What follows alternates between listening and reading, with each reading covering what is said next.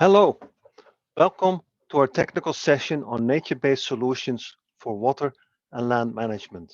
In this session, there will be two presentations followed by a live question and answer section.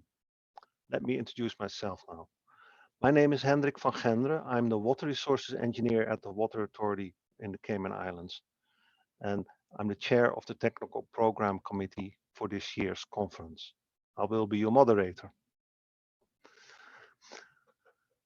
First of all, I want to give a warm thank you to our conference sponsors. We really appreciate the support of Sandpit Contracting Cayman Limited, Deal Metering, Maya, Water Engineering and Pipeline Company Limited, WEPCO, Consolidated Water Company Limited, Dart Enterprises Limited, Florida Aqua Store, and Argo American. Before we get started on this session, I would like to briefly review a few items. You will have the opportunity to submit text questions anytime using the Q&A section in Whova or Zoom, whichever medium you're using. Questions will be answered during the live Q&A session immediately after both presentations. This is a collaborative session where all in attendance will be able to engage in the discussion during the live Q&A. Now it is my pleasure to introduce our first speaker, Dr. Halla Sahely. Dr. Halla Sahely is an environmental engineer with many years' experience in the area of water resources management.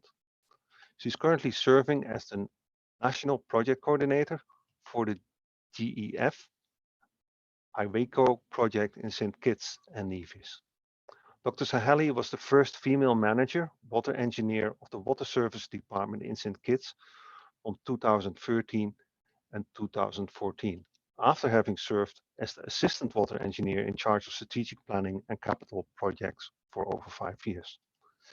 She managed various projects, including the expansion of the chlorination program, state-of-the-art mapping of the entire water system, and several other projects related to integrated water resources management.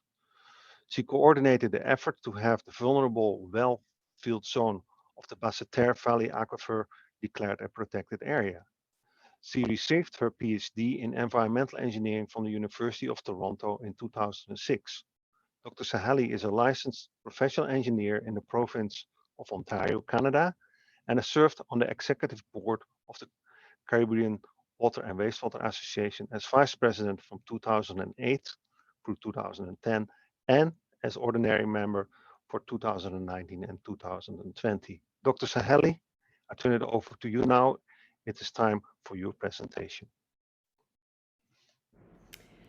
Good day, colleagues. I am Dr. Halla Sahely. I am the IWEco St. Kitts and Nevis National Project Coordinator. And today I'm really pleased to be presenting a paper entitled Making Peace with Nature, using the IWEco approach in ecosystems restoration in St. Kitts and Nevis.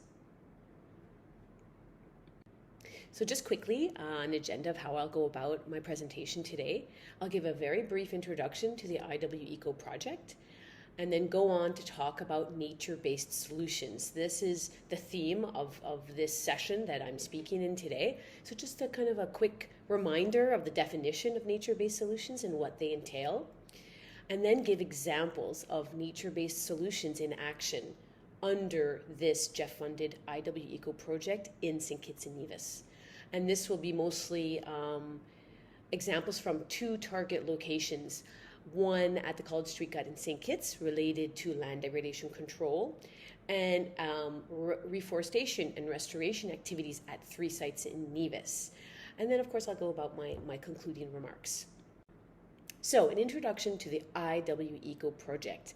IWEco stands for Integrating Water, Land, and Ecosystems Management in Caribbean Small Island Developing States. This is a multifocal regional project with 10 participating Caribbean countries. It is funded by the GEF, implemented by the United Nations Environment Program. In St. Kitts and Nevis, this is being implemented by the Ministry of Environment and Cooperatives under the Department of Environment. It is a 3-year project, this sub-project in St. Kitts and Nevis, with Jeff funding just under $1 million US. We are in the last year of implementation, and the main goal or thrust of our program here in St. Kitts and Nevis is to strengthen the institutional capacity, improve the policy frameworks, and facilitate pilot projects within the College Street Gut watershed in St. Kitts and at key quarry sites and nearby wetlands and coral reefs in Nevis. So what is the IWEco approach? I like to think of this as a way of doing things, and an integrative approach which focuses on three main aspects: systems, people, and values. In terms of systems, this approach is considering whole ecosystems, such as watersheds, and focuses on the relationships and processes within the system. People, it ensures intersectoral cooperation, stakeholder engagement, participation by all the key stakeholders and persons that are impacted by what's happening in their ecosystem. And then values. We all know that our environment provides us with important and valuable benefits. These are often called ecosystems, goods, and services. And these goods and services, they support all of life. And by implementing this approach, you're seeking to enhance the sharing of these ecosystems benefits so that it's fair and equitable. So many interventions on the ground in IWEco projects, especially, and the one in St. Kitts and Nevis, of course, many of these interventions are nature-based solutions. And so what are nature-based solutions? I really like this kind of very concise definition by IUCN that they came up with at one of their, as part of a resolution at one of their congresses in 2016. So nature-based solutions are actions to protect, sustainably manage, and restore. Protect, sustainably manage, restore natural or modified ecosystems. And by doing these actions, you address societal challenges effectively, adaptively, and these challenges can be anything from, soil erosion, land degradation, any type of kind of negative environmental impact that has kind of repercussions throughout the whole society. So you do all of these things while simultaneously providing for human well-being and biodiversity benefits. And so in going through the different actions we've taken on the ground in St. Kitts and Nevis, I'm always going to remind you, how these actions fit into this definition. So I'm going to start with our first target location in St. Kitts, which was the College Street Gut watershed. This watershed is a multi-purpose watershed, all types of land use. It's quite wide-reaching. It covers over 662 hectares. It's kind of partly urban, partly suburban. It has a complete range of features from upland natural forests, former sugarcane lands, as well as urban development. And actually, a lot of this it has changed a lot over the years. This urban development has increased, and there have been lots of changes in land use, especially due to urban growth. And these have resulted in more rapid surface runoff, water runoff, and severe soil erosion following, severe rainfall events. And this, of course, there are far-reaching impacts of this type of land degradation. There are public health risks due to flooding and inappropriate disposal of liquid and solid waste. So you'll see a lot of gray water also disposed of in this gut, which will be the subject of actually another paper a little bit later on this week by my colleague Alphonsus Daniel. And they'll be looking specifically at a pilot system to look at how to recollect, treat, and reuse the gray water that's being disposed in one section of the College Street Gut. Loss of topsoil, of course, is one of the major impacts of land degradation, and poor water quality at the outlet of this gut. So when it goes into the ocean, there's degradation of the nearshore environment. So here you'll see an image on the left of the kind of the extent of the College Street Gut watershed. The white circle is the area where we've taken our on-the-ground intervention under the IWEco project, and you see kind of an aerial image of this particular 5-acre section where we took some interventions on the ground. And what type of interventions did we take? Well, it was a few different steps. Early in 2020, there was a cleanup of this section and actually some adjacent sections of cleanup of solid waste, removal of invasive species of plants. And then our main activity was the installation of gabion baskets. As many of you would know, gabion baskets are kind of a wire mesh kind of cage. You fill it in with stone, and it acts as a really effective, cost-effective, and overall a very effective barrier against soil erosion. Really good at soil stabilization, especially on the banks of guts or river systems, gullies. We also undertook the repair of 2 weir structures. So sometime in the past, when St. Kitts used to do a lot of sugar cultivation, one of their main ways of dealing with excessive soil runoff was to build kind of a barrier wall inside of the gut, inside of the gully. And these were called weirs, and they acted as a barrier. So as long as there was intermittent dredging when necessary, you could avoid a lot of that soil going into the ocean. But these structures kind of came into disuse when we, as a country, stopped doing the production of sugarcane. And so we wanted to bring this system back. And so 2 of these weirs, there are 4 in this section, 2 of them had to undergo pretty significant repair. And then, of course, at the end, a lot of these works are actually already completed. And then our last bit of work will be kind of removal, kind of dredging and cleanup of soil from culverts, drains, and at the outlet. In fact, just a few weeks ago, over 500 metric tons of sediments were dredged from the outlet of the College Street gut. And this gives us an idea of how much soil, hopefully, we can prevent from coming into the nearshore environment by reinstituting and by promoting these types of land degradation control works in this section of the gut. And our final kind of piece of work, but really very, very effective, is the planting of deep-rooted vetiver grass. This is a type of grass that really, really helps in stemming soil erosion because its root system is very effective at retaining soil.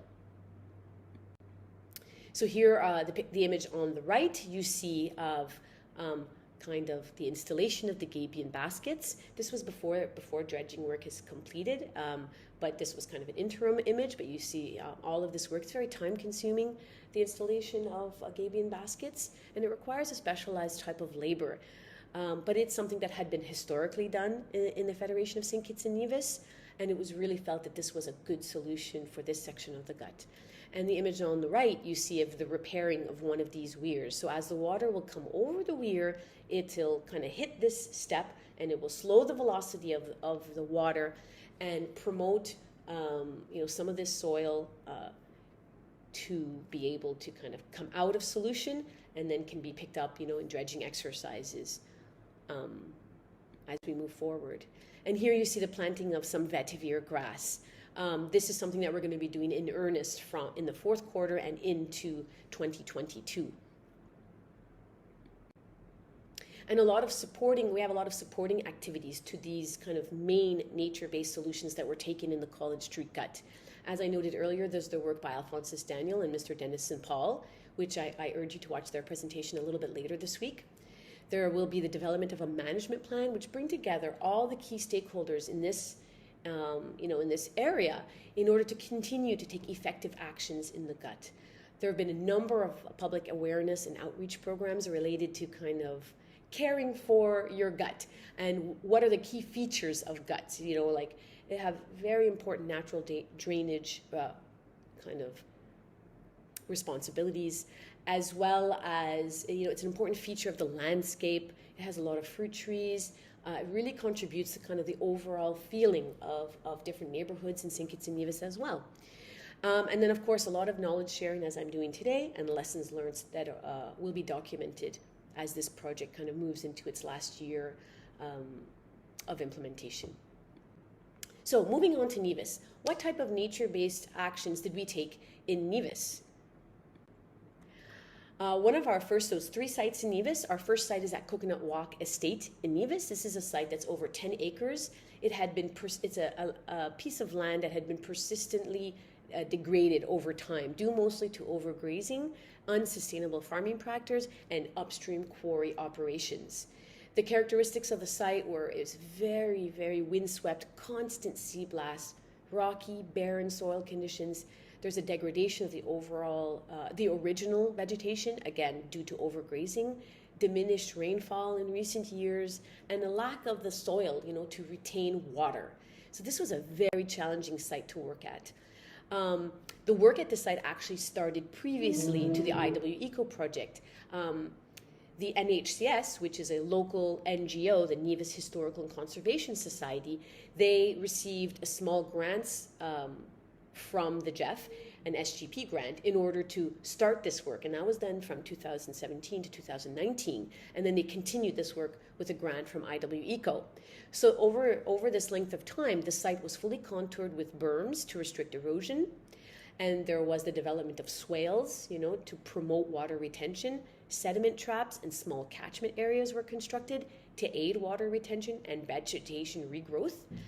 This includes cactus garden, any number that you can think of, really lots of different types of native vegetation that were replanted. Small-scale composting was developed at the site to promote soil nutrient health. Of course, there was fencing that was erected as a deterrent from these ruminants that are grazing. And then, of course, a whole suite of different types of forest species, as well as fruit trees that have been planted: sea grape, coconut, almond, as well as deep-rooted grasses such as vetiver grass. And here are some images here. You see a very nice aerial image of when they first completed the contouring of this land. And on the right, you see images of sediment traps and swales.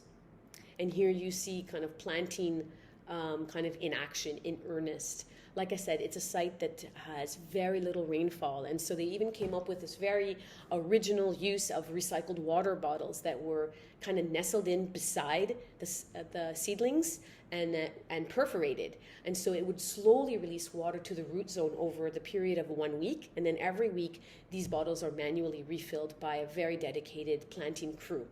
And this has helped especially during times where there's no municipal supply to this site. The second site where NHCS is doing work on behalf of IWEco is an abandoned quarry at Potworks Estate. This site is about 5 acres, and quarrying operations at this site ceased over 10 years ago. There were no restoration efforts, leaving kind of a denuded, exposed hillside prone to severe erosion after heavy rainfall, and the proliferation of invasive plant species. There was abandoned equipment littering the landscape, and it became a hotspot for illegal dumping of solid waste. And so we developed a kind of a robust plan and effort to clean up this site and remove the invasive species and prepare the land for reforestation activities. And now active planting has started. So you can see here on the left the images of what we found when we got there. Equipment all over the place, a denuded landscape. And this image on the right is kind of after the first cleanup effort, which was a very extensive cleanup effort, and land preparation, contouring, sediment traps, to get ready for active planting, which is now occurring. And our third site is actually a little bit different. It's at a coastal wetland at Nelson Spring. This site is about 8 acres, and also subject to many negative environmental pressures. There's increased urban development, which has cut off links to other wetlands. There's indiscriminate removal of vegetation. And the whole area of this pond, this wetland, had been invaded by non-native cattail species. A very kind of invasive, vigorous, fast-growing type of cattail, which completely choked up the whole pond. The whole open vista that used to be to the sea was gone, and a lot of the native biodiversity, was suppressed as a result. Here's an aerial image of what this pond looked like before cleanup efforts and restoration efforts. You can see all of the scrub. You can barely even see the open water aspect of this pond in this image, but I'll show you some after cleanup. And so together with a local community group, cleanup activities started by removing the cattail as well as kind of scrub species that are also invasive and reopening the vista to the sea. Replanting started with the relocation of surviving coconut trees, and red mangrove was also planted near the mouth of the pond. And other native species, sea grape, coconut, were replanted. And then what they began to see over time was encouraging kind of regrowth of native species of sedge, spikereed, and water lilies. You can see all of the details in the paper that I've written. And of course, there's also been an evidence of return of water birds which was really heartwarming to the people that were doing this work on the ground. A group of birders came in earlier this year and identified over 33 species of birds at this site alone, which was the most of all the sites they had visited in St. Kitts and Nevis. They're also seeing evidence of return of fish and crabs and butterflies. So here are some images. So now you can see that this pond, like its open aspect to the seas, is restored after the cleanup efforts. And then on the right, you can see species of spike reeds and sedges that have kind of reestablished themselves on their own without us replanting them, actually. And so over time, this site will require some more work. Actually, the cattails have been very difficult to control. And so the NHCS has just secured actually additional funding from the U.S. Forest Service to continue this restoration effort. Because really, under IWEco, it was more of a pilot project to show that it could work. And now they've got to really continue and ramp up those efforts, which will happen over the next 2.5 years.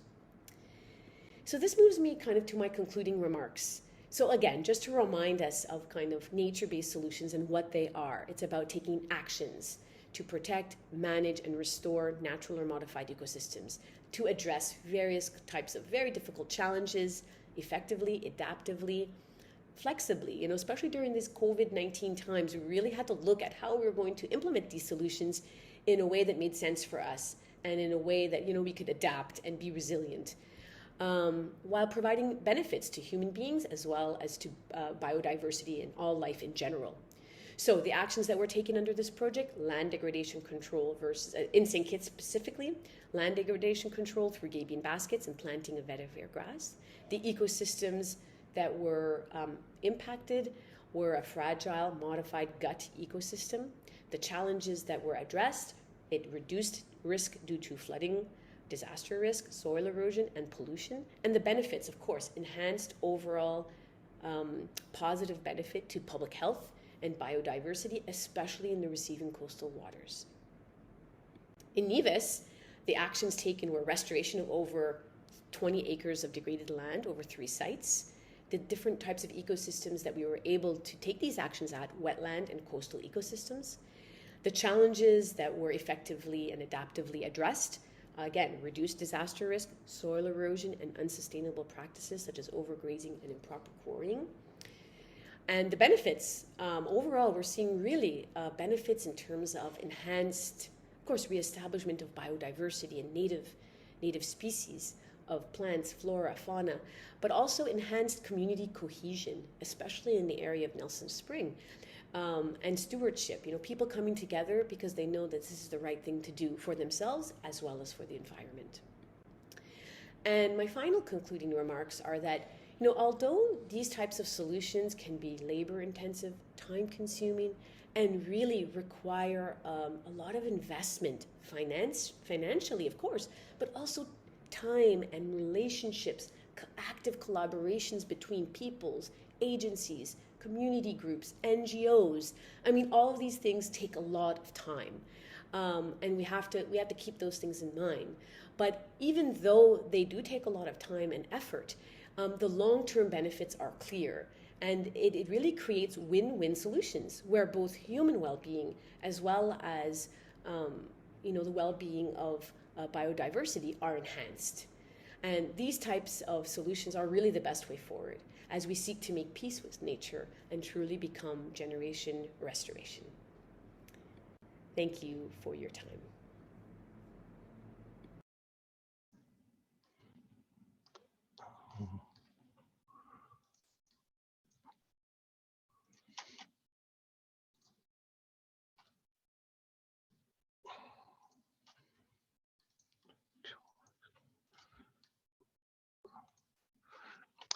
Dr. Sahely, thank you very much for a very good presentation. I already see questions coming in, so that is a good sign that you captured the audience.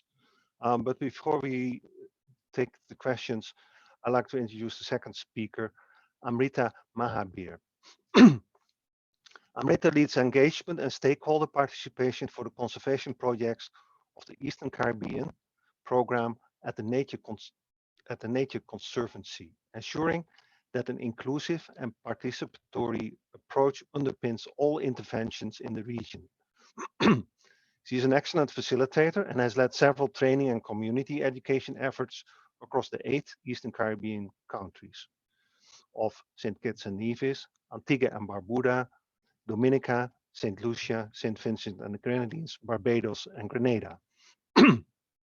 Some of her key areas of work are sustainable financing, including conservation trust funds, marine conservation and management, and coastal resilience, including ecosystem-based solutions. Amrita has over 10 years experience in designing high impact capacity building projects, driving robust knowledge sharing and outreach initiatives, and establishing long-standing and productive relationships with partners and stakeholders. She holds a master's degree in urban and regional planning and a bachelor's degree in environmental and natural resources management and geography, both from the University of the West Indies, and she is a certified project manager with the Project Management Institute. Ms. Mahabir, it's time for you now to do your presentation. Greetings, everyone. My name is Amrita Mahabir, and I work with the International Conservation Organization known as the Nature Conservancy, or TNC. I'm really pleased to share our experience and present to you today on an assessment that we recently conducted around exploring nature-based solutions for managing wastewater challenges in the Caribbean. So I'll talk about the purpose of the assessment, how we conducted the assessment, what we learned, and the opportunities that we see ahead. But first, I'd like to share a brief introduction because many of you may not know who TNC is. We are a global conservation organization dedicated to conserving the lands and waters on which all life depends. TNC is the largest environmental NGO in the world. Working in 72 countries, we use a collaborative approach that engages local communities, government, the private sector, and other partners. Since 1951, we have been guided by science to create innovative underground solutions to address the world's most pressing environmental challenges, so that nature and people can thrive together. In the Caribbean, TNC is working to create a resilient region.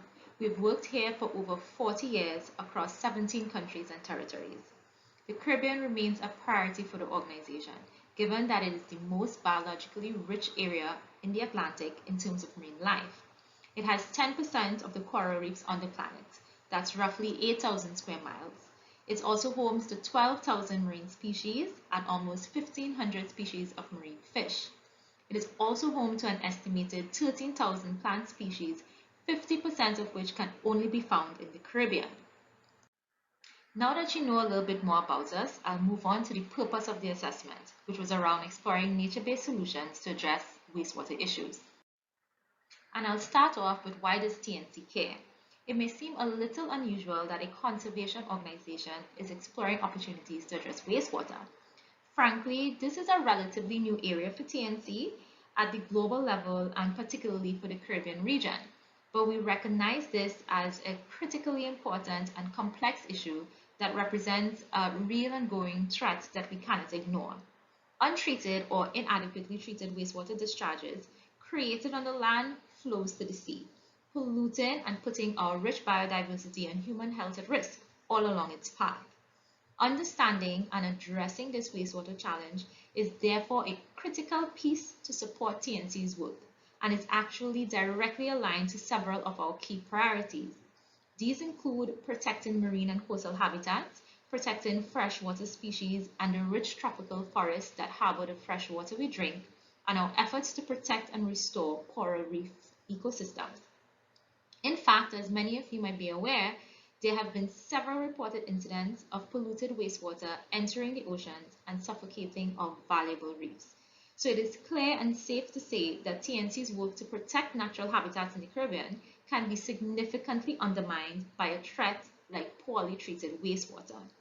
That said, we were quite thrilled to undertake this assessment to explore wastewater issues more deeply, to better understand stakeholders' opinions, what's been done so far, and what opportunities there might be to use nature to reduce wastewater threats. So what do we mean when we say nature-based solutions? As its name implies, nature-based solutions, or NBS, simply refers to sustainable management and the use of nature for tackling socio-environmental challenges. Across the Caribbean, nature-based solutions are increasingly part of the toolkit for addressing a range of important issues, including reducing pollution, conserving biodiversity, safeguarding human health, and lowering vulnerability to climate change impacts. However, as it relates to the wastewater space, a variety of nature-based solutions can and have been applied to address wastewater threats. On this slide here, we have a list of various nature-based interventions that are currently in use in different places in the Caribbean. I won't go through all of these, but I do briefly want to highlight constructed wetlands because it is one of the more popular and widely used interventions. This system consists of a pond that is lined by an impermeable membrane. It is filled with materials such as gravel, and aquatic microphyte plants are added. These plants mimic natural water filtration, eliminating pollutants through their various physiochemical and bacteriological processes. An example of constructed wetlands is in the Dominican Republic, where it arose as a cost-effective and feasible way to provide sanitation services to small rural and suburban communities that were not part of their sewer system. But today, as a result of that overwhelming success, constructed wetlands are the main technique used in the DR for water treatment and is a key tool in their watershed and wastewater management. Similarly, in Jamaica, over the past few years, constructed and natural wetlands has been used more and more widely in managing wastewater. At TNC, we believe that nature-based solutions for wastewater management represent an opportunity to take a holistic, source-to-sea approach to our conservation program. The way water is managed and used on the land, and especially as it is intercepted and used in cities and towns, affect the health of rivers, estuaries, bays, reefs, and fisheries. Thus, it is critically important to properly manage the changes in quantity and especially the quality of the water in order to protect both biodiversity and human health. So with that thinking, we started our assessment using 4 island nations, the Dominican Republic, Grenada, Haiti, and Jamaica, with the goal to answer 2 key questions. 1, what are those major barriers and opportunities for wastewater management in terms of the scientific or technological approaches, policy, legal, and institutional frameworks, and stakeholder engagement? And 2, what are some of those case studies where nature-based solutions are or could be contributing to wastewater management? We knew that what we gleaned from these answers would provide a strong foundation for TNC's understanding of basic wastewater issues and opportunities in the Caribbean. Moving along to our approach and the different components of the assessment. We first conducted desk research and reviewed existing studies, policies, and stakeholders related to wastewater management. We looked at national plans, reports, legislation, as well as past, current, and planned projects with relevance to wastewater pollution and management. TNC staff based in these countries tapped into our professional contacts and existing resources to learn more about what sort of information already exists.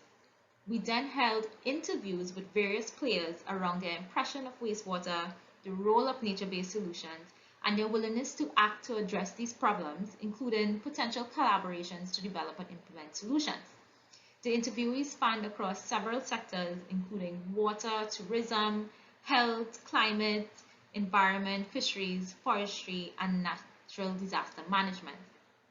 This was a terrific opportunity for us to build new relationships with those who were well informed and working in the wastewater sector. Finally, we held a series of focus groups to learn more about the public's level of awareness, understanding, and attitudes around wastewater issues. It also explored their perspectives and interests related to possible solutions, including nature-based options. Now on to the results of the research. With respect to the desk research and stakeholder interviews, these were our biggest takeaways. Firstly, it is widely accepted that poor wastewater management is a significant issue affecting the Caribbean. Nevertheless, there seems to be very limited country-based studies that rigorously track this problem. Adequate and reliable data and information are therefore critical moving forward. In this regard, there is also the need to not only improve environmental monitoring and data management infrastructure, but also ensure that there is effective data sharing and data access to support science-based decision-making and planning. Secondly, governments recognize the problem but often lack the financial and human resources to effectively respond and address the challenge. In several cases, effective legislation and policy also don't exist. And in cases where regulations and standards related to effluent and discharges are present, enforcement then becomes the problem. At the core, however, governments need to secure adequate and sustainable funding streams and resource allocation for the effective and comprehensive management of their wastewater sector. And finally, with respect to nature-based solutions, although generally new, there are promising signs of emerging and increasing momentum, like the examples of constructed wetlands in Jamaica and the DR that I mentioned earlier. A key area that came through very strongly was the importance of education and capacity development for policymakers and technical staff on nature-based solutions, particularly their benefits, application, and cost-effectiveness of various options, such that appropriate measures can be selected and used to support wastewater management practices in an effective, tangible, and financially feasible way. In terms of the public opinion component, what stood out for us was that all participants were concerned about the health of the waters, which they highlighted as an integral part to their communities and way of life. They understood how poorly treated or untreated wastewater affects life at every level, including health risks to humans, fish, and other sea life, and its damaging impacts on coral reefs. And in turn, they were also concerned that those problems would hurt the tourism and fisheries industries that have a large role to play in their economy. However, in spite of this general awareness, deep cultural issues and psychological barriers need to be overcome with respect to open discussion around wastewater pollution. There is an out of sight, out of mind attitude to wastewater and is often only discussed when incidents are affecting people or communities personally. Lastly, and particularly interesting for us at TNC, the public opinion research revealed that citizens support nature-based solutions and encourage further action by governments. However, as it relates to an individual level, they highlighted that it could be a tough sell depending on whether or how much citizens are asked to help finance these nature-based measures. As we look ahead to the future, what does these results mean for us in terms of opportunities to apply nature-based interventions to wastewater management in the Caribbean? As we've gathered from this research, in the region, the use of nature-based solutions to treat wastewater is limited, and clearly there are many challenges before us. But from TNT's perspective, we believe that every barrier is creating an opportunity. We've learned a lot from this assessment, including the importance and need for improved governance and national policies to help create better enabling conditions for nature-based solutions to address wastewater issues.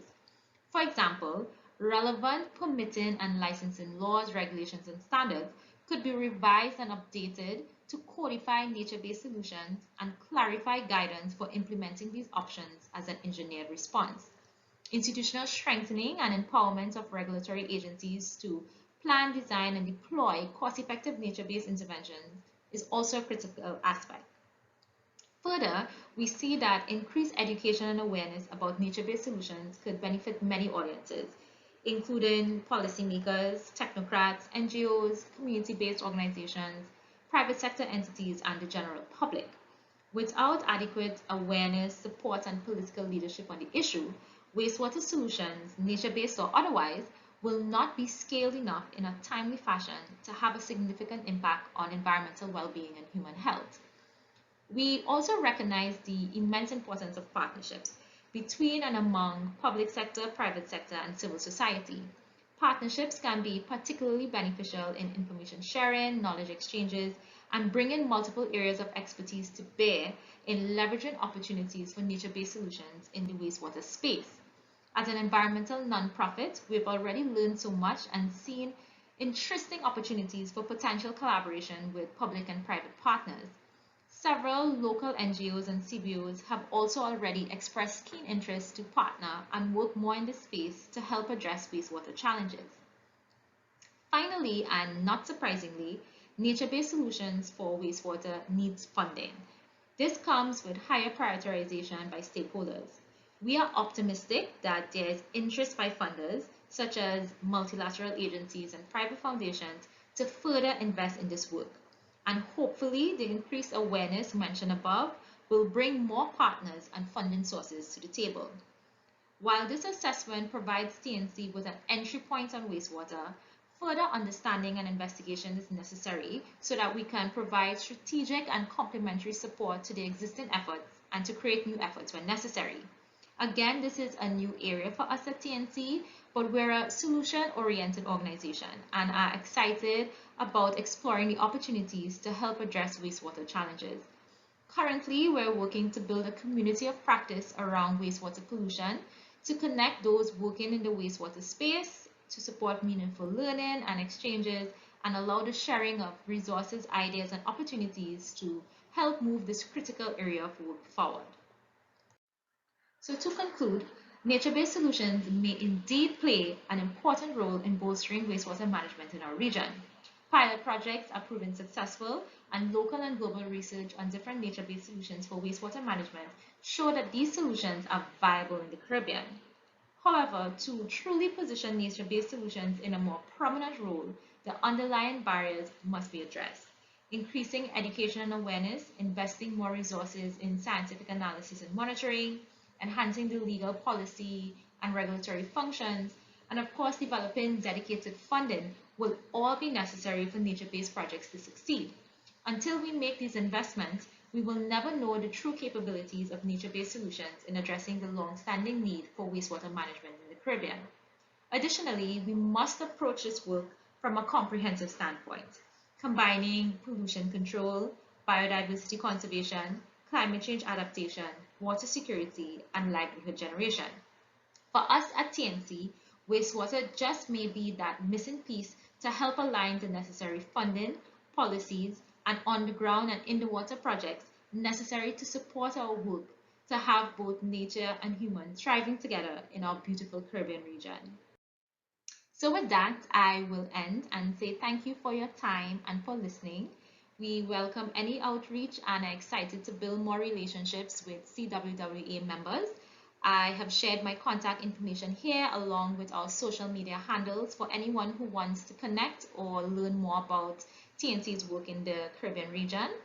I want to say thank you to our supporters, the United Nations Environment Programme and the Ministry of Environment of the Government of Sweden for their investment to conduct this assessment. And of course, I want to say a special thank you to CWWA for the opportunity to share at this forum. Thank you all very much.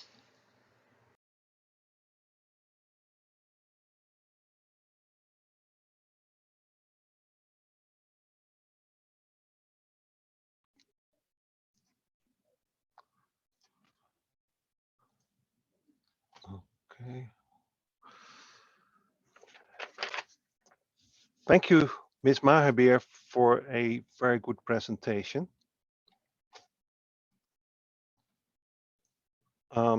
At this time, everyone in this session may participate in the Q&A.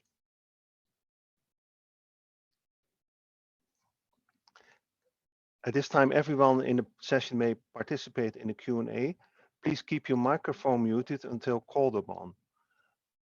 Unfortunately, Ms. Mahabir couldn't attend the session today, but as you see on the screen, her co-author, Mr. Adam Snyder, is here to answer any questions you may have. If you have any questions, you may submit them via text on Hoover. We do our best to answer all of your questions. If we run out of time, you can find the speaker's contact information on the speaker's page on Hoover. I will now go to the questions. Dr. Sahely, I don't see you, but if you don't mind, you can turn on your screen as well. Yeah, that's good. So everybody sees you. I've got a couple of questions here. I think before I move into those, I thought both presentations were very, very good. Somehow it almost sounded that you guys have spoken with each other because they kind of, they fit so neatly together, actually. Let me go to Dr. Sahely. This is a question from the audience. For the goat hardscaping, Was the shape modified to suit specific rainfall period or based on an average available on the available cross section? So in other words, did you do a lot of earth moving there, or you just worked with the contours of the land as they were? Thanks. Thank you so much for such a lovely introduction. And yeah, we worked with what we had there, kind of in the spirit of implementing a nature-based solution. We didn't want to play around too much with the cross-section of this gut. And so we worked with what we had. We didn't alter the cross-section of the gut in this well, Yeah. at least in the area where we took our intervention. I guess that is also a cost component there, right? Because Yes. Another question for you as well. Did you use any rain garden type swales for storm runoff mitigation, or just sediment trapping in the Coconut Estates project? In Nevis. If I understand the rain garden type, meaning like planting inside of the swale, I think that's the difference between just a straight up swale and rain garden. They did a bit of both actually at that site. There, in some areas, they put in swales and planted with various species of cactus. In some sections, in other sections, they planted other types of species of plants. And in others, they just did kind of straight up sediment traps. So kind of a whole kind of suite of different types of interventions there in terms of trying to retain the water. Yeah, but while I was listening to this, I was wondering also, because what we get from this, you work with the land that is there and Yeah. try to restore it to its original function. So how do you make these different choices, what you do and what you don't, and those sort of things? Yeah, this is all part of the puzzle, I guess, in a sense of how you go about implementing a nature-based solution.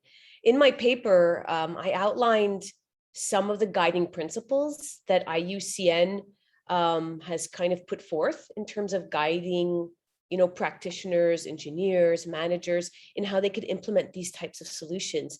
I think they're all have to be site specific. I think it really behooves us to make sure you have all the right people at the table, as it were, looking at the problem and ensuring that we're coming up with solutions that make sense for that particular site, and that are integrative. That sometimes you can do standalone nature-based solutions, sometimes you've got to integrate it with some other types of solutions that might be a little bit harder, but it's all about ensuring that you've got the right people, and that everybody's working together. And I think I alluded to that a bit at the end. It really does take a lot of time to do these types of things. So it's not really about a quick solution. It's about really studying that particular ecosystem, what the different processes, what's happening exactly here, and how can all these people really work together to implement the right solution. Yeah. Mr. Snyder, I'm not going to leave you out in this discussion, but I just want to have one last follow-up here, and then we come to you, because both projects are so interesting. Dr. Sahely, you talked a bit about it. How did you deal with the, how would I call that, the community engagement, and how was that received actually? Well, the IWEco project in general, as one of its guiding tenets, is the fact that it's all part of that IWEco approach, that you have to ensure that you have the right people at the table and actively involved, and it takes a lot of time. So in Nevis, our approach, we went kind of back and forth about how we would go about this to ensure kind of a good outcome for all of the people involved. And so we eventually settled on working really closely with an NGO as well as some CBOs, because by having this non-governmental organization, they already had a lot of partnerships established on the ground.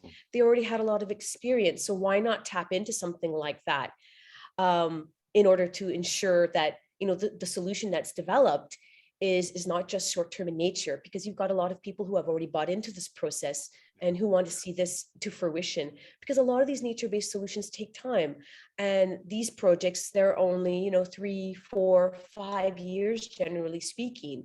So by engaging, local groups, we found that this was a really effective way to do this, and to at least ensure on some level that once the project was said and done, these groups, they have interest and they have buy-in, they have skin in the game, as it were, and they really want to continue.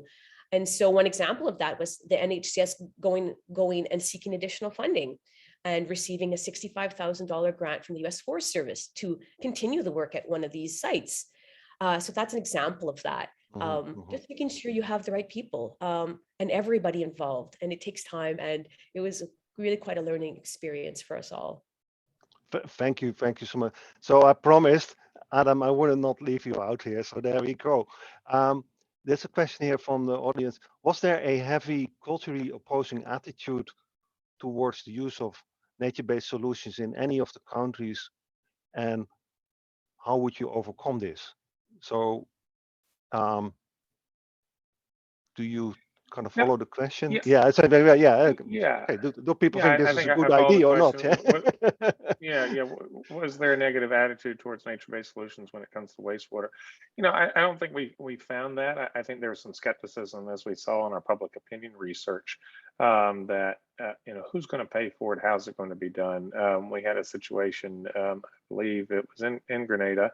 All the countries are kind of blurring together after we did this report, which one was which as far as the issues, but where they implemented some new wastewater programs and added a new fee that was not socialized with the country, and people refused to pay, and the system failed, the process failed.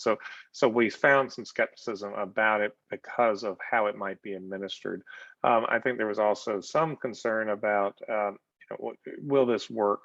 And I think that's where it's very important with practitioners who are here on this webinar and participating in this conference is there's gray infrastructure solutions, and those are very critical. I think there's also the green kind, the nature-based solutions. How do we put those together and be able to set up the policies and regulations to allow for it, so we can really maximize our opportunity for addressing wastewater in a way that is the least invasive for the environment and possibly less expensive. I'm not saying that nature-based solutions are always less expensive. Certainly we see where there's opportunity for lower maintenance cost. So I think it's a socialization that needs to happen, and I think there may be a lack of awareness. So we didn't really find a huge amount of opposition yet because it's relatively new of a concept. That I have a follow-up. Well, not really follow-up, but I want to make sure I get this question in before we run out of time. People take interest in the work that you've done and say the simple question: is the survey document available for distribution? And did you the question coupled with that? Did you also discuss water reuse in the surveys that you did? I'm not sure about water reuse. I'm trying to think if that was in there. Yes, the public opinion research that we did, we do have, I think, in a memo form that we could share publicly, and be happy to share that with this group. We worked with a combination of US-based polling firm and Caribbean-based research firms to develop the product there. Of course, redacted anyone's individual names. This was a general survey. We did focus groups, but what it showed, I think, is a real interest and a passion for these issues, a greater awareness. And part of what we entered into this process of going, we haven't done wastewater very much at the Nature Conservancy. We certainly haven't done in the Caribbean. What's the lay of the land? What's happening there before we kind of wade into this? And so finding out that information, and what we really wanted to find out is, does the public care? And if they do care, do they want to see elected officials do something about it? And what we did find is the public did care. They have concerns and they want to see action. And I think some of those messages that are there are helpful, and we'll find a way to make that available to this group. Yeah, I got. I think I have time for one more question, but I mean, I think this goes to both actually.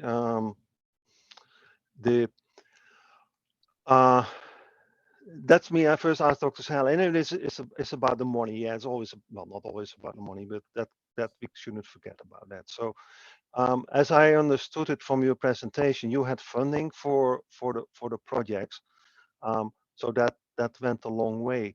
If if if you don't have that sort of funding, um, I kind of sitting here wondering, can you get government to pay for it, or communities? How would you do that without outside funding? Because the results that you booked were fantastic. They speak for themselves, and I assume that there are many more places where, if you had the money, you would want to do the same thing, right? Yeah, of course. Even within this particular gut, I mean, you saw the little white circle. We only took an intervention in one section. There are some sections upstream that are even more kind of at risk and in need of these types of interventions. Yeah, you know, there's the conundrum of sustainable financing. I don't know. We can have a number, or we can have a lot of discussions about this, but that obviously the governments are generally strapped. There's conflicting objectives, conflicting mandates. And there's always kind of a bit of a scarcity when it comes to funding for these types of interventions.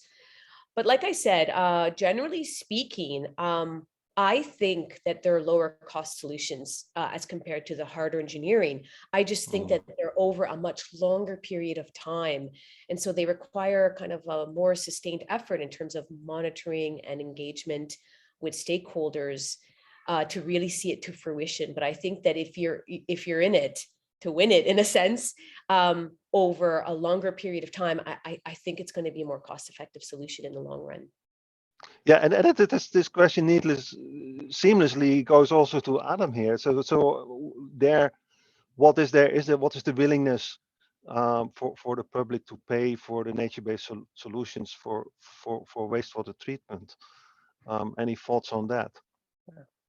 Yeah, I mean, we tested some of that, and I think this is where these two presentations go so well together. Is that we got to show the proof of concept, and what you've shown is this can work, and grants and contributions can get projects off the ground. Is it scalable at that level? That makes it harder, and that's where the public financing really comes in, obviously with private financing. Part of my work in my day job at TNC, this was a special project I worked with our Caribbean division to manage this research and conduct this research, is working in sustainable finance. And doing the feasibility research, the public opinion research, the economic analysis to see what would work, what's the appetite of the public, what's their willingness to pay. And to the point that was made before, yes, we have a scarcity issues. We have cash-strapped countries. However, we are spending money on infrastructure in some way, shape, or form. How can we do that in a more effective, long-term way that has lower maintenance costs and pays for itself over time? So figuring out those funding mechanisms and a way of packaging this up so elected officials and the public embrace these models is really what my team does, more in the United States, but more internationally as well. And I think that's the path we would need to go down in order to find long-term solutions to these issues. Yeah, but I think from in listening closely to both presentations, you have both, I would say, a very good story to share, right? So that in itself is, for lack of a better word, is a big selling point, actually. One quick last question that I want to put in. This is for Dr. Sahely. These projects that you do, are they on private lands or public lands? And if the answer is it's not public land, and I understand that you just ask government for permission, but if it's private property, how do you deal with that aspect actually? That's a very good question. Of course, these were all public lands because this is a project that's obviously, you know, being implemented by a government agency. I think it becomes a little trickier on private lands, no doubt. And it's about convincing those stakeholders that, you know, this is the right thing to do on, you know, various levels, triple bottom line.